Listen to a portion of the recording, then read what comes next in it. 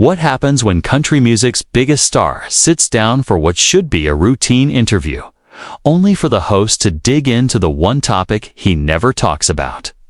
You're about to witness one of the most uncomfortable moments in daytime television.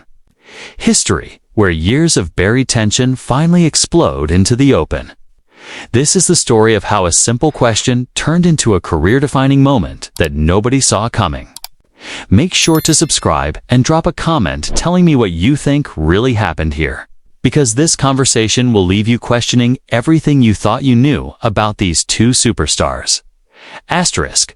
Kelly Clarkson adjusted her earpiece as Blake Shelton settled into the plush chair across from her on the brightly lit set. The audience buzzed with excitement, phones already raised as the country superstar flashed his trademark grin. This was supposed to be as a friendly chat between two former voice coaches promoting his new album and sharing a few behind-the-scenes stories fans would love. Blake Shelton, everybody, Kelly announced, her voice warm and familiar as thunderous applause filled the studio. It's so good to have you here. We've got so much to catch up on. Asterisk. Blake leaned back, completely at ease.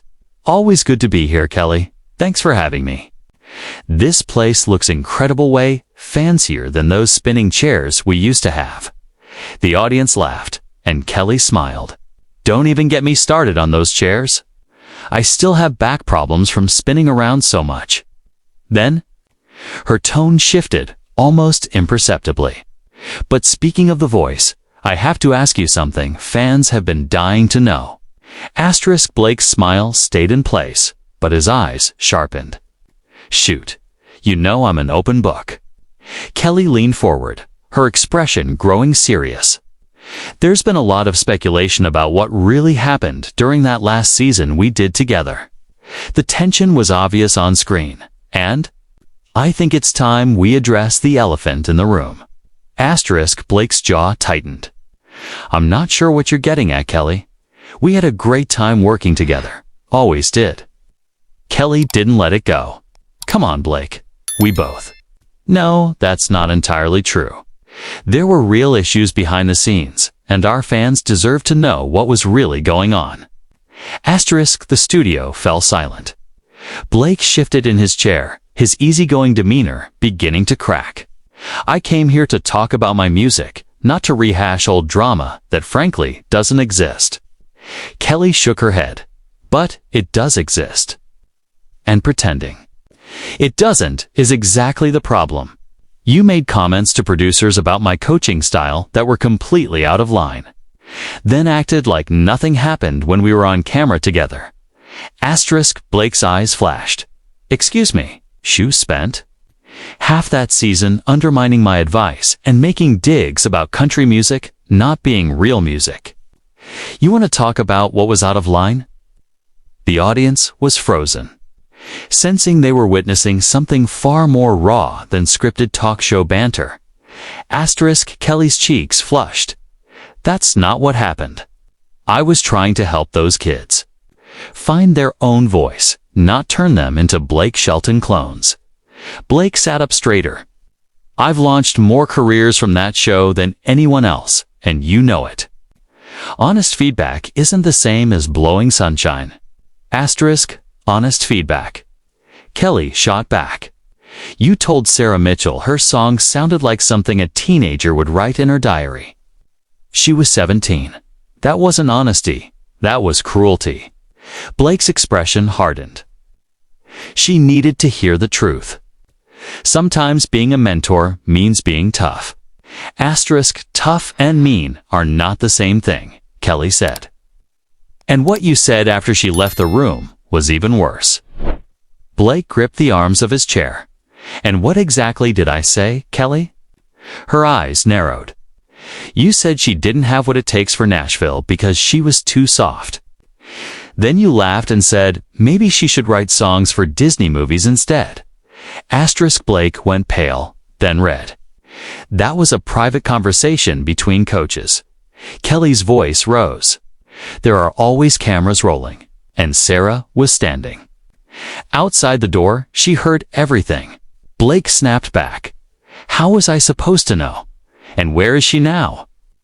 What happened to her big career? Kelly stood up, something she had never done during an interview. She quit music completely. A 17-year-old who had been writing songs since she was 8 gave up her dream because of what you said. She's working at a bank in Ohio now and hasn't touched a guitar since. That's not on me, Blake replied sharply.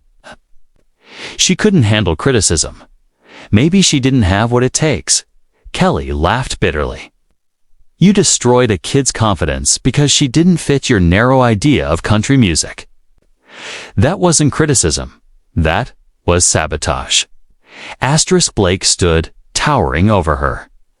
I've spent my entire career helping young artists. I don't need to sabotage anyone, especially some teenager who is never going to make it anyway. The audience gasped as Kelly stared at him in disbelief. Never going to make it anyway. The words hung in the air, heavy and irreversible. Do you hear yourself right now? Kelly shot back. That girl had more raw talent in her pinky finger than half the artists getting radio play today. Blake scoffed, his filter completely gone. Oh, please. She had a pretty voice and could play 3 chords on a guitar. That doesn't make her the next Carrie Underwood. You always did this, Kelly. You fell in love with sad stories instead of focusing on who actually had the talent to win. Kelly's hands were shaking now. Whether from anger or hurt, it was impossible to tell. Stories, she repeated. These are real people with real dreams, not just entertainment for your amusement. And for your information, I picked winners. Just as often as you did. Blake laughed harshly. Kelly, when was the last time you heard a song on the radio from one of your winners? I can name 3 of mine in the top 40 right now. The studio was so quiet you could hear the cameras humming. Kelly stepped closer to him, her voice dropping to barely above a whisper, though every microphone caught it. You want to know why you don't hear from my winners, Blake? Because half of them were so traumatized by the way you treated them during the live shows that they needed therapy before they could even think about performing again. Blake's eyes widened. That's complete nonsense, and you know it? I never treated anyone badly. Everything was professional. Kelly's voice cracked. Professional? You told Marcus Johnson that his Stevie Wonder cover was an insult to real music. You said it on live television in front of millions of people. A 22-year-old kid who idolized Stevie Wonder, and you crushed him. Blake ran a hand through his hair, his confidence wavering for the first time. That performance was rough. Kelly, you can't deny that. Sometimes the truth hurts. Kelly shook her head. The audience gave him a standing ovation. The only person who had a problem with it was you, and everyone knew why. Blake stiffened. And why was that? Kelly hesitated, the room holding its breath. Because Marcus was getting more attention than your contestant that week, and you couldn't stand it. You tore him down to build your guy up.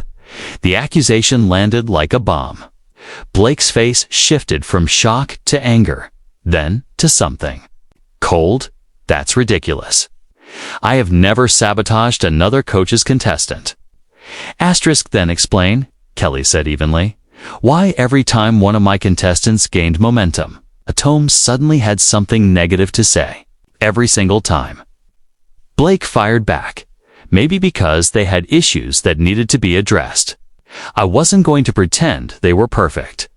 Kelly's composure finally snapped. This was never about my feelings. This was about you. Being so insecure about your own coaching that you had to tear everyone else down to feel better about yourself.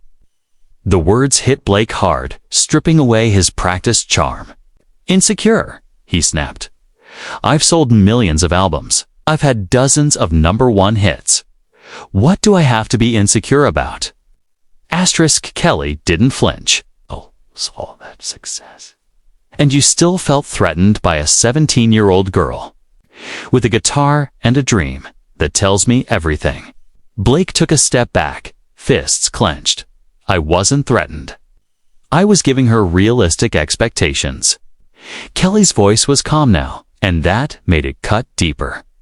There's a difference.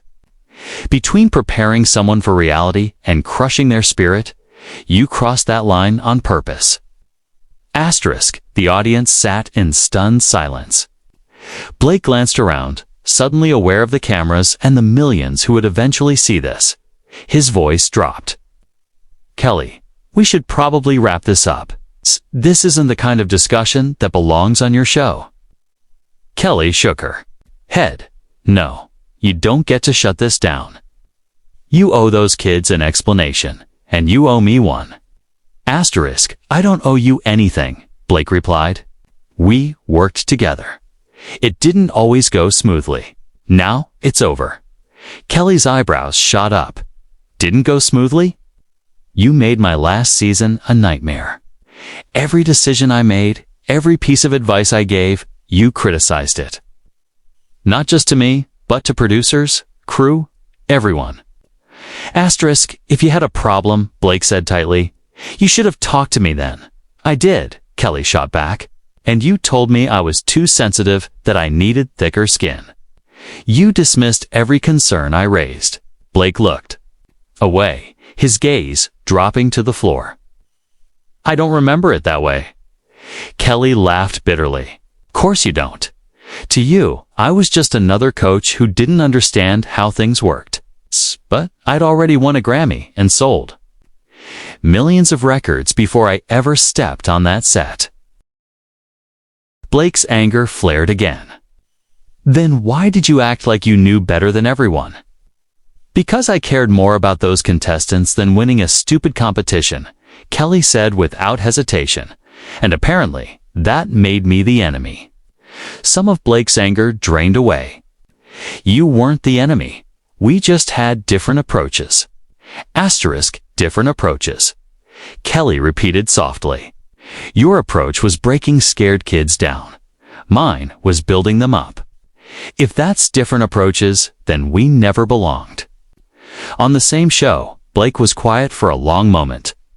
When he spoke, his voice was barely audible. They needed to be prepared for the real world. Asterisk, Kelly's voice cracked with emotion. I gave them confidence. I gave them belief in themselves. And you tore that down every chance you got.